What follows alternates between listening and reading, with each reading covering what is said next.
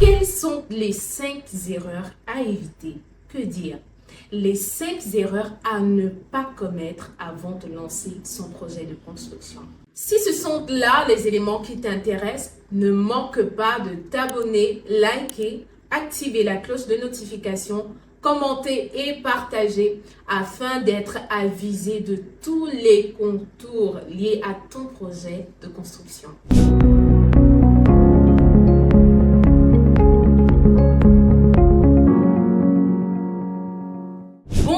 Bonsoir, ceci en fonction de l'heure à laquelle tu nous suis. Je m'appelle Daniel Joël Kamga et c'est toujours un plaisir de partager sur un sujet passionnant qui en réalité est un jet de notre part pour participer au bien-être de l'homme dans son contexte.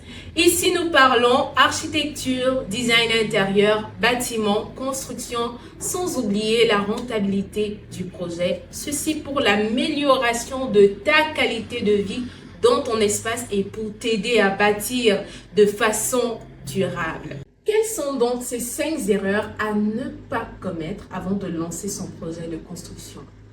Je t'invite à rester jusqu'à la fin car je suis convaincue que le 5e point va plus te parler. Alors, débutons par le premier point. La première erreur à ne pas commettre, c'est ne pas avoir une vision. Ne pas savoir ce qu'il faut faire, ne pas savoir ce qu'on veut faire ou encore faire comme les autres est la pire des erreurs. Car ceci conduit aux mauvais choix, aux mauvaises décisions, ce qui implique des pertes.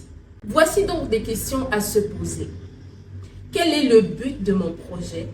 Quel problème est-ce que je veux résoudre? Quelle est ma cible? Qui sont les usagers? À quoi est-ce que ça va servir? Ce sont là les questions d'ordre fondamental et les réponses à ces questions nous donnent ou encore te donnent d'agir dans le réalisme concret. La deuxième erreur qu'il faut éviter lorsqu'on veut lancer son projet de construction est d'avoir un budget irréaliste. Alors, ça semble intéressant. Mais à ce niveau, nous allons simplement dire que tout le monde, je veux dire la plupart des fois, ce qu'on voit même de façon courante, c'est que des personnes veulent construire comme leurs voisins. Et là, on prendra l'exemple du voisin Tamu, entre guillemets. On veut construire comme le voisin Tamu sans que everything being equal. On ne se rassure pas de la nature des contextes. On ne fait pas une vérification des ressources si elles sont identiques, mais on veut le même projet comme lui. Ceci résulte en quoi? Un budget irréaliste. À côté de cela, on observe généralement des constructions inachevées. Un monsieur qui commence son projet avec tellement d'engouement, mais qui ne parvient pas à achever. C'est assez triste, n'est-ce pas?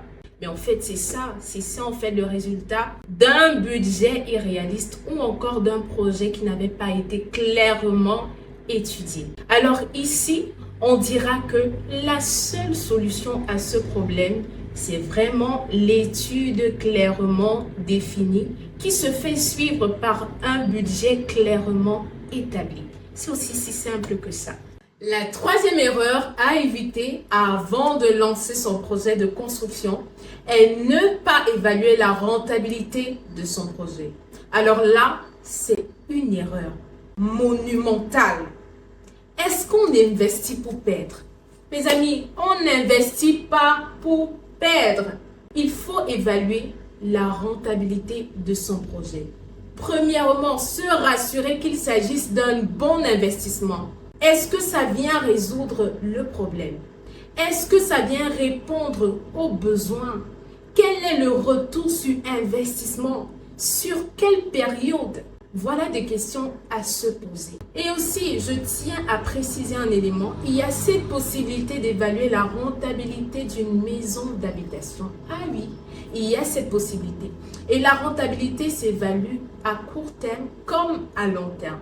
À court terme, nous allons prendre un exemple. Nous avons Monsieur Eric qui a construit sa maison de 3 chambres, un salon, une cuisine, 2 salles d'eau. Voilà, comment il fait pour évaluer? Premièrement, s'il obtient satisfaction, si ces espaces sont assez fonctionnels, au point où on observe un rendement, on peut se dire effectivement que sur le plan émotionnel, moral, disons même sentimental, si on s'en abuse, il a vraiment atteint son objectif. Maintenant, pour ce qui est de la rentabilité sur le long terme, nous allons observer un petit élément. Généralement, on observe dans notre contexte un phénomène. Le citoyen moyen construit après avoir eu une épouse pour un homme et des enfants, parfois 2 à 3 enfants. C'est à partir de ce moment que même la situation financière de ce dernier lui permet de construire. Et à partir de ce moment, on se rend compte qu'on construit des espaces où on va héberger des enfants, on va vivre en famille. Seulement, on oublie un point. À partir d'un certain nombre d'années, les enfants ne sont plus là, tous partent. Et qu'est-ce qu'on fait de cet espace? Encore plus si on avait pensé à une maison à étage. Comment est-ce que ces parents-là font avec l'âge, avec le poids de l'âge, la vieillesse, pour gravir les marches d'escalier et arriver à ces espaces supérieurs? Alors là, c'est un très gros problème. Seulement, si on avait pensé il y a quelques années en arrière, la maison avant de la construire, on allait pouvoir métamorphoser ou encore changer la fonctionnalité de l'espace, permettant à ce qu'une partie de l'espace soit exploitée par les parents et une autre partie soit mise en location. C'est où on parlera ici de la rentabilité financière. Ainsi, vous voyez avec moi qu'une bonne étude, une étude assez définie, suivis par un budget clairement établi, sont vraiment utiles dans le cadre d'un projet. Prenons également le cas de la location et de la revente. Dans le cas de la location, on observe également un phénomène. Parfois, des personnes ont énormément d'argent à des moments donnés et décident vraiment qu'elles veulent investir. Et maintenant, au moment d'investir, on prend un jeune du quartier qui peut vraiment réaliser un plan de maison, de bâtiment, là, chambre à louer, appartement à louer. Et puis, on se permet d'investir là-dedans sans connaître le besoin réel de la zone. Parfois, on ne sait pas si des personnes dans la zone ont besoin d'un espace de 2 chambres, de 3 chambres, d'une chambre. On se permet de construire, d'investir et d'avoir un bâtiment plein d'espaces qui ne sont pas en réalité sollicités. Et si on parle d'espaces pas sollicités, le retour sur investissement, où est-ce qu'il se trouve? En réalité, on ne l'a pas et on ne pourra pas clairement l'évaluer parce qu'il n'y a pas un besoin qui est comblé. Donc, sur cet aspect-là, ça demande également une bonne étude. À côté de cela, nous avons la revente. Clairement, même s'il faudra construire des maisons, même s'il faudra construire des édifices qu'on voudra revendre, tout ceci partira d'un besoin clairement défini, clairement établi. Et maintenant, mettre des milliers d'euros dans la construction d'une maison, dans la construction d'un édifice, et on n'est pas sûr que ceci viendra répondre à un besoin clairement établi, sincèrement, c'est comme mettre l'argent dans l'eau. Alors, il est tellement nécessaire d'évaluer, de travailler sur la rentabilité de son projet. Comme 4e erreur à ne pas commettre, c'est ne pas faire le choix d'un bon site ou d'un bon terrain. On constate malheureusement que des personnes font le choix des terrains non edificandi ou encore des terrains non constructibles pour leur projet de construction, ce qui est vraiment déplorable. Maintenant, comment faire pour reconnaître ce type de terrain? Vous vous rapprochez simplement de votre communauté urbaine. Et à côté de cela, nous avons la reconnaissance de la zone parce que certaines de ces zones sont des zones inondables.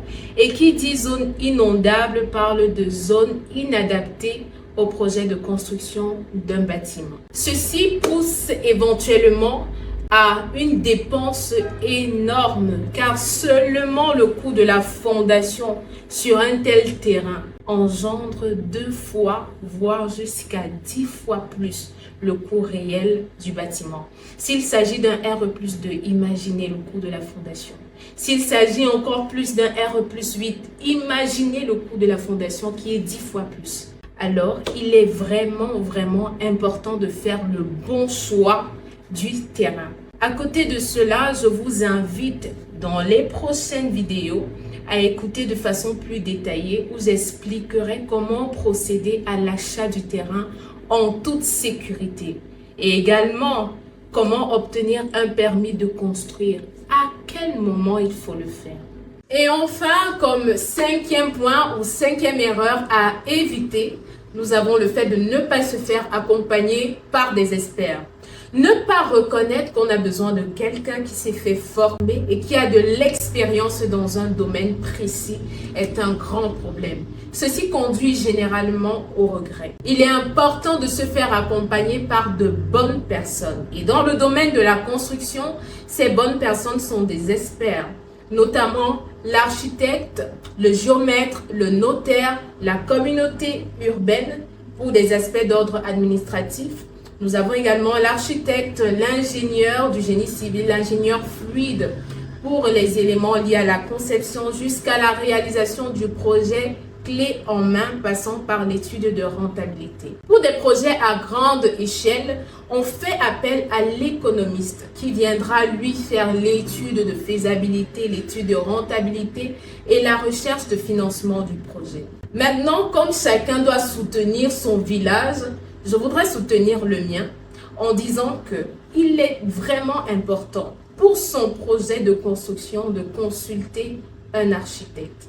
Parce que nous prendrons un exemple avec un monsieur qui va consulter un garde du sous-quartier pour encore dire celui-là qui n'a pas d'expertise. En réalité, il te fera un projet, mais ce projet ne tient pas compte de la personnalité de celui qui veut construire ou encore de la personnalité du maître d'ouvrage. Comment est-ce que cela se considère? On verra bien des plans, des 3D, des 2D parfois qu'on ne comprend pas parce qu'on se dira la vérité, les profanes généralement ne comprennent pas la 2D. C'est beaucoup plus la 3D. Et en ce qui concerne la 3D, lorsqu'on a de belles façades, on ne connaît pas la proportion des espaces lorsqu'elles sont construites. Et même à ce niveau, on ne tient pas compte des désirata du client. Cet ensemble-là fait à ce que le client verra très bien sur les plans, sur image, des projets qui sont vraiment beaux à vue d'œil, mais qui ne sont pas en réalité fonctionnels. Alors, il y a un ensemble d'espaces. Est-ce que tu voudrais que ton projet soit fonctionnel? Est-ce que tu voudrais que ton projet tienne compte de ta fonctionnalité, de ta personnalité, je voudrais dire, et que par la suite, tu puisses véritablement être épanoui dans ton espace? Alors, il faut absolument consulter des experts. Et ils sont là, ils ne sont pas cachés. Alors, il est vraiment important de consulter des experts en fonction du type d'ouvrage que tu veux. Parce que tu as patienté jusqu'à la fin, je te donne ce 6e point en bonus. C'est un point très capital et déterminant pour l'atteinte de tes objectifs et la bonne vie de ton projet. Évite d'agir sous le prisme de la familiarité. Quelqu'un l'avait si bien dit. Consultation familiale, c'est 0. Essentiellement parce que ceci conduit généralement à beaucoup de mots.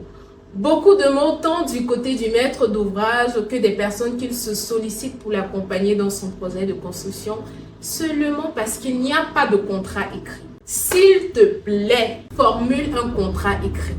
Avec chacune de ces personnes, nous parlons de professionnels, ces experts.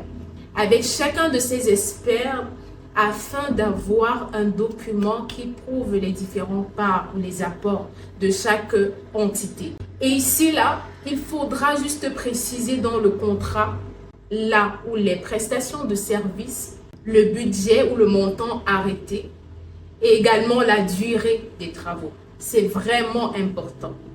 À côté de cela, il faudra que chacun rentre un peu dans un élément qui est vraiment contextuel. Pour cette raison, si vous avez besoin d'accompagnement ou même d'aide, vraiment écrivez en commentaire et vous aurez vraiment l'assistance nécessaire par rapport à ça. Également, évitez les toutistes. Sincèrement, toutes ces personnes-là qui vous disent « je maîtrise, je connais tout, je suis architecte, je suis ingénieur, je suis géomètre, je suis géotechnicien », sincèrement, évitez ces personnes-là et sollicitez des personnes qui ont une expertise dans un domaine bien précis. Établissez des contrats. Alors, on se dit à très bientôt pour une nouvelle vidéo juste pour votre édification. D'ici là, prenez bien soin de vous.